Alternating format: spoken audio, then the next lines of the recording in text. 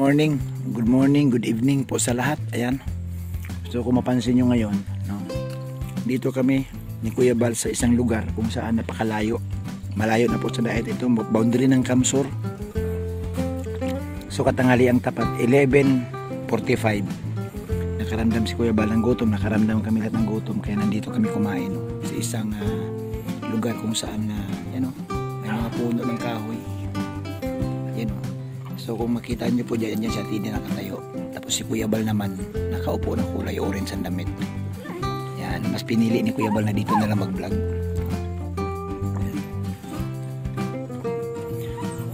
Ang lalaki po ng puno dito. Mayroon po pupuntahan dito si Kuya Bal na isang kababayan natin na nangailangan ng tulong, no, na may problema daw sa pag-iisip. Kasama namin si Kuya Mil. Yan, no, napapakain si Kuya Bal sa aso. Sila si Kuya Balot sa tiid na doon na siya sa malayo. Yan. So sabay-sabay kaming kumain, no? Mas gusto ni Kuya Bal dito, no? Nag-i-scout araw-araw.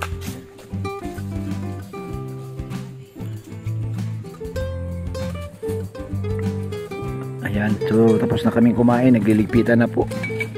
At ito yung lugar na pupuntahan ni Kuya Bal at mga kasama. So kasama tayo ngayon, no? At sabi ni Kuya Bal, pwede naman tayong mag-vlog dito sa paligid. So ipapakita ko po sa inyo ang lugar kung saan mas gusto ni Kuya Bal mag-vlog dito para wala daw masyadong issue. Yan, dito ang lugar. So kita mo to ang lalaki ng mga puno. Yan. Sa kabila po nito, andyan po yung pupuntahan, no? Sa ngayon lang, kumain lang kami dito. Pero ang pupuntahan pa namin, malayo-layo pa. Inabot lang kami ng gutom dito. Oo. Nakakatakot lang dito kasi siyempre liblib na lugar. Yan po, si Kuya Bal. So park lang kami sa isang malilim. Maganda rito, no, tahimik, walang ingay. Oo, yan. So mapansin niyo po dito, yan, oh. May mga punong malalaki. At ito isa sa mga napansin ko, yung paborito natin bunga, oh. Yan. Oh, langka. Yan, oh. Yan.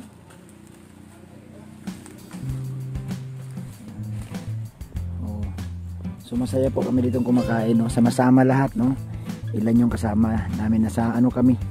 16 kami lahat, no. 15 sila, pang 16 ako. Kasama ni Kuya Bal at ang dala ng sasakyan, yung dalawang sasakyan ni Kuya Bal. Ayan. So, tahimik.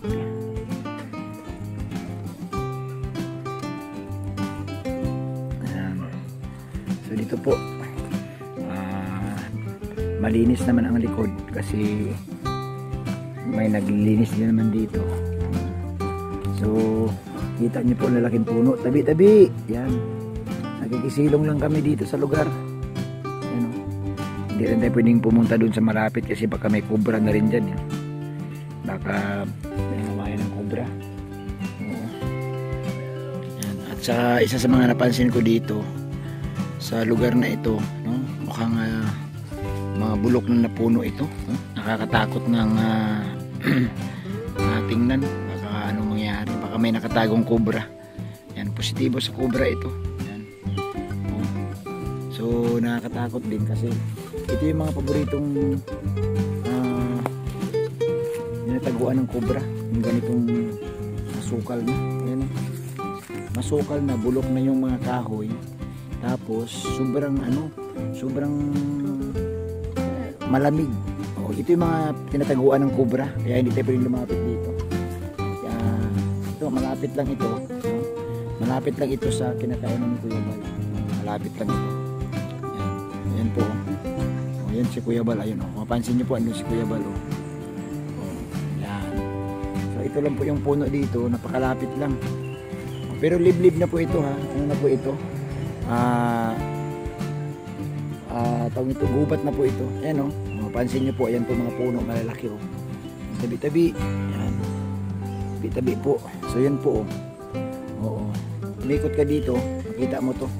So ako, naniniwala ako na positibo sa kubra. Yan. may cobra ito, no? So dito si Kuya Bal nagbablog, no? Nagbablog si Kuya Bal dito sa lugar na ito kung saan mukhang napakadelikado ng pinupuntahan ni Kuya Bal. Kasi ano yun, dito nagpapahinga, dito magbablog sa area na to, tapos ang makita mo sa ano, masukal na lugar. So, sa likod, ayan, mga puno na malalaki. Oh.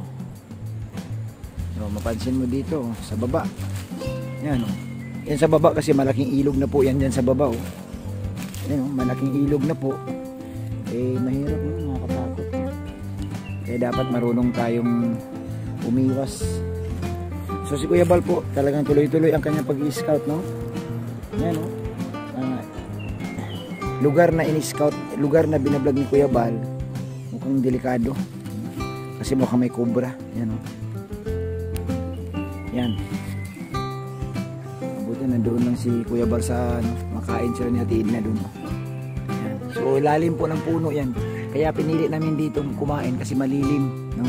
Pero mag-ingat din tayo kasi napakadelikado ng ano ng paikot, lalo na dito malilim. Tapos mabulok ang puno ng kahoy. Maaari talaga, no? Ako naniniwala ako. Kaya ako na itong lugar na ito dito, nagkataguan ito ng cobra. Bakit? Eh malamig, no? Eh napakainit ng panahon ngayon, malamig. Kaya yan, oh. Yan, oh, balikan ko ulit, ha. Yan, sigurado ako diyan, may nagtatago diyan. Yan, oh, butas yan, oh. Madilim. Yan pa sa kabila, butas din. Napakadelikado. Malaking puno ito na nabulok. Nabulok lang siya. So yan po mga kapatid, no? Yung puntahan ni Kuya Bal at ni Ate Edna at ng team ni Kuya Bal na medyo lumalayo na rin talaga si Kuya Bal sa daet, no? Boundary na ito ng Kamsor, pero nasa ano kami? Nasa bundok kami, no? Bundok na ito, yung masukal na baga. Masukal na baga na area, yan, no? Hindi na po siya yung tipong sa kalsada, hindi na po ganun.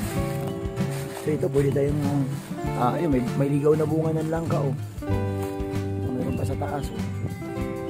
Kailangan hindi natin pwedeng kunin to kasi baka na ano tayo dito, alam mo na, no? Makita tayo o anong magyayari sa atin, nakakahiya.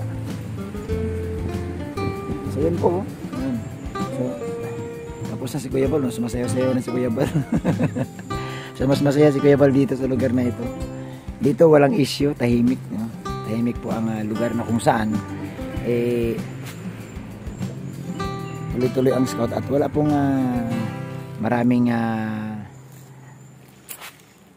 issue nga, no? Issue. Issue nga sabi natin. Tahimik ang gusto ni Kuya Bal, tahimik yan. Dito na si Kuya Bal magbablog sa malayo, yan. Lugar kung saan nag-i-scout si Kuya Bal sa mga tahimik na lugar.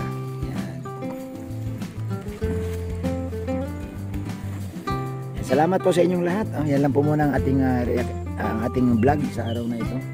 Na nakasama tayo sa kay Kuya Bal dito po sa kanyang scout ni Kuya Bal.